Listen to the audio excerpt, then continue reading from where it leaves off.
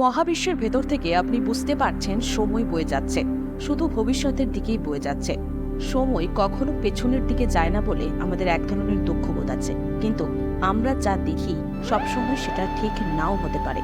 আপনি কিন্তু অতীতও দেখতে পান না, ভবিষ্যৎও নয়। যেমন ধরুন, আপনি যে সূর্যটা দুপুর 12টার সময় দেখছেন, ওটা কিন্তু 12টার সূর্য নয়, 8 মিনিটের বেশি আগের সূর্য। কারণ সূর্য থেকে আলো আসতে সময় লাগে 8 মিনিট 52 সেকেন্ড, অর্থাৎ এক অর্থে সূর্যের অতীত রূপ দেখছি। এখন অহরহ দেখা যায় দুটো ব্ল্যাক হোল পরস্পরের সঙ্গে যুক্ত হয়ে একটা বড় ব্ল্যাক হোল তৈরি করছে। এগুলো কোটি কোটি বছর আগের ঘটনা। ধরা যাক 10 কোটি বছর আগের ঘটনাটা ঘটেছে, কিন্তু ব্ল্যাক হোল দুটি আমাদের থেকে 10 কোটি আলোকবর্ষ দূরে, অর্থাৎ সেখান থেকে আলো আসতে সময় লাগে 10 কোটি বছর। তার মানে 10 কোটি বছরের অতীত দেখছেন আপনি। সুতরাং বর্তমান বলে যেটা আমরা ভাবছি সেটা আসলে বড় নয়।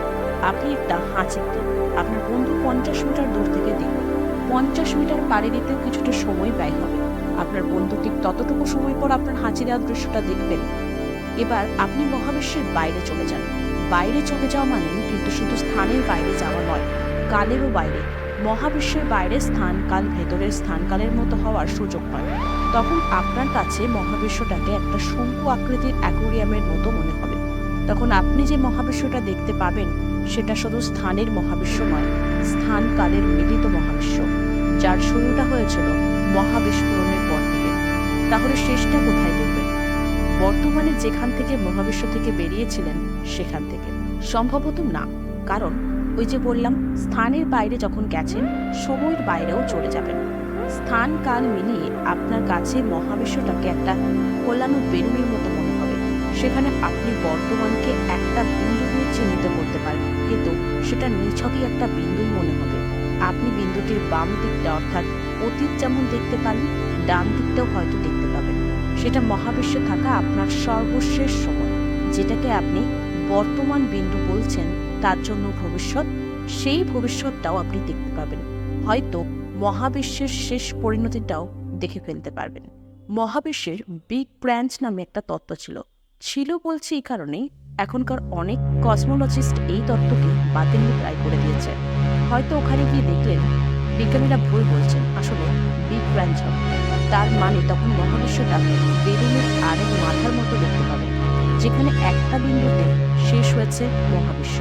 অথবা বিগ ব্র্যাঞ্চ যদি নাও হয়, মহাবিশ্ব হয়তো ফানেলের মতো দেখবেন। যেভাবে দেখুন শেষ পরিণতিটা দেখতে পাবেন, অর্থাৎ মহাবিশ্বের অতীত, বর্তমান, ভবিষ্যৎ এক জায়গায় দাঁড়িয়ে হয়তো দেখে ফেলবেন। এটাকে আসলে ব্লক ইউনিভার্স বলে। ব্লক ইউনিভার্সের ধারণা আলবার্ট আইনস্টাইনের বিশেষ আধ্যাত্মিকতা থেকে এসেছে। এই তত্ত্বে বলা হয় অতীত, বর্তমান, ভবিষ্যৎ বলে আলাদা কিছু নেই। স্থানের যে কোনো বিন্দুতে সময়ের এই বিন্দু একই সঙ্গে অবস্থান করে। এই তত্ত্বে সময় স্থানের মতো আচরণ করে। মহাবিশ্বের যে কোনো বিন্দুতে যে কোনো সময় যে কোনো কিছু একই সঙ্গে অবস্থান করে। অতীত, বর্তমান ও ভবিষ্যৎ একই সঙ্গে মিলেমিশে থাকে। এদের মধ্যে ফিজিক্যাল কোনো পার্থক্য বা ব্যবধান থাকে না। এখানে অতীত, বর্তমান, ভবিষ্যৎ সমানভাবে বাস্তব। এটা কিভাবে সম্ভব? ধরা যাক একটা ব্লক বা একটা ঘন বস্তু ইটের মতো, কিন্তু বিশাল বড়। এ ধরনের একটি ব্লকের 4টি মাত্রা থাকে। এর মধ্যে 3টি হল স্থানের মাত্রা, দৈর্ঘ্য, প্রস্থ, উচ্চতা। চতুর্থ মাত্রাটি হল সময়। চতুর্থ মাত্রার ছবিটা মনে মনে আঁকা করতে হয়, এমনকি খাতায় বা গ্রাফিক্সেও আঁকা যায় না অত সহজে। তাই এ কাজ করা যেতে পারে, আমাদের ব্লক থেকে প্রস্থ উচ্চতার মাত্রাটা থেকে একটু দৈর্ঘ্যের মাত্রা পাল্টে নিতে পারে সময়ের সঙ্গে। অর্থাৎ ব্লক বা বাক্সের দৈর্ঘ্য হল সময়, যার শুরুটা হয়েছে বিজ্ঞান। ব্লকের দৈর্ঘ্যের শেষ প্রান্তটা মহাবিশ্বের শেষ সময়। মহাবিশ্বের সব ঘটনা, যা কিছু অতীতে ঘটছে, বর্তমানে ঘটছে বা ভবিষ্যতে ঘটবে, সব কিছু এই ব্লকের মধ্যেই থাকবে। আপনি খুব সহজেই বলতে পারেন এখন যা ঘটছে তাই বর্তমান, আগামীকাল যা ঘটবে তা ভবিষ্যৎ, গতকাল যা ঘটেছিল তা অতীত। আবার আজকের দিনটা বেরিয়ে গেলে আজকের দিনটাই অতীতে পরিণত হবে, আগামীকালটাই বর্তমানে হবে। আমাদের কাছে তাই মনে হয় সময় বয়ে চলবে, কিন্তু ব্লক ইউনিভার্সে অতীত, বর্তমান, ভবিষ্যৎ সব একসঙ্গে থাকে। তাই সময় বলে চলে এই কথাটা ব্লক ইউনিভার্সে খাটে না। অর্থাৎ ব্লক ইউনিভার্সে আসল সময় প্রবাহিত হয় না। মোদ্দা কথা হলো, ব্লক ইউনিভার্সে নির্দিষ্ট কোনো মুহূর্ত নেই, অর্থাৎ অতীত, বর্তমান, ভবিষ্যৎ আগে স্থানের কথাই ধরুন। এখানে বলতে আপনি কি বোঝেন? আপনি যেখানে অবস্থান করছেন সেই জায়গাটাই ধরুন। কিন্তু আপনি আছেন চট্টগ্রামে, আমি আছি ঢাকায়। আপনার এখানে আর আমার এখানে এক নয়। আইনস্টাইন বলেছিলেন, যোগপথ কোনো ঘটনা ঘটে না, যোগপথটা বলে কিছু নেই। ব্লক ইউনিভার্সে এখন আর এখানে ঠিক একইভাবে কাজ করে না, যাদের মধ্যে আসলে কোনো পার্থক্য নেই। অর্থাৎ স্থান আর কালের মধ্যে তফাৎ দেখানোর কোনো সুযোগ নেই। ধরা যাক আপনি মেট্রো রেলে চড়ে মিরপুর থেকে মতিঝিল যাচ্ছেন। ধরা যাক এই মুহূর্তে আপনি আগারগাঁও স্টেশনে অবস্থান করছেন। এরপর স্টেশন কমপ্লিট, তারপর শাহবাগ, ঢাকা বিশ্ববিদ্যালয়, পল্টন এবং সবশেষে মতিঝিল স্টেশন। আগারগাঁও স্টেশনে অবস্থান করলেও আপনি কিন্তু নিশ্চিত জানেন যে সামনে ফার্মগেট, শাহবাগ, ঢাকা বিশ্ববিদ্যালয়, পল্টন এবং মতিঝিল স্টেশন রয়েছে। তেমনই আপনি পেছনে ফিরে এলেন শেওড়াপাড়া, কাজীপাড়া, মিরপুর 10, মিরপুর 11, উত্তরা স্টেশন।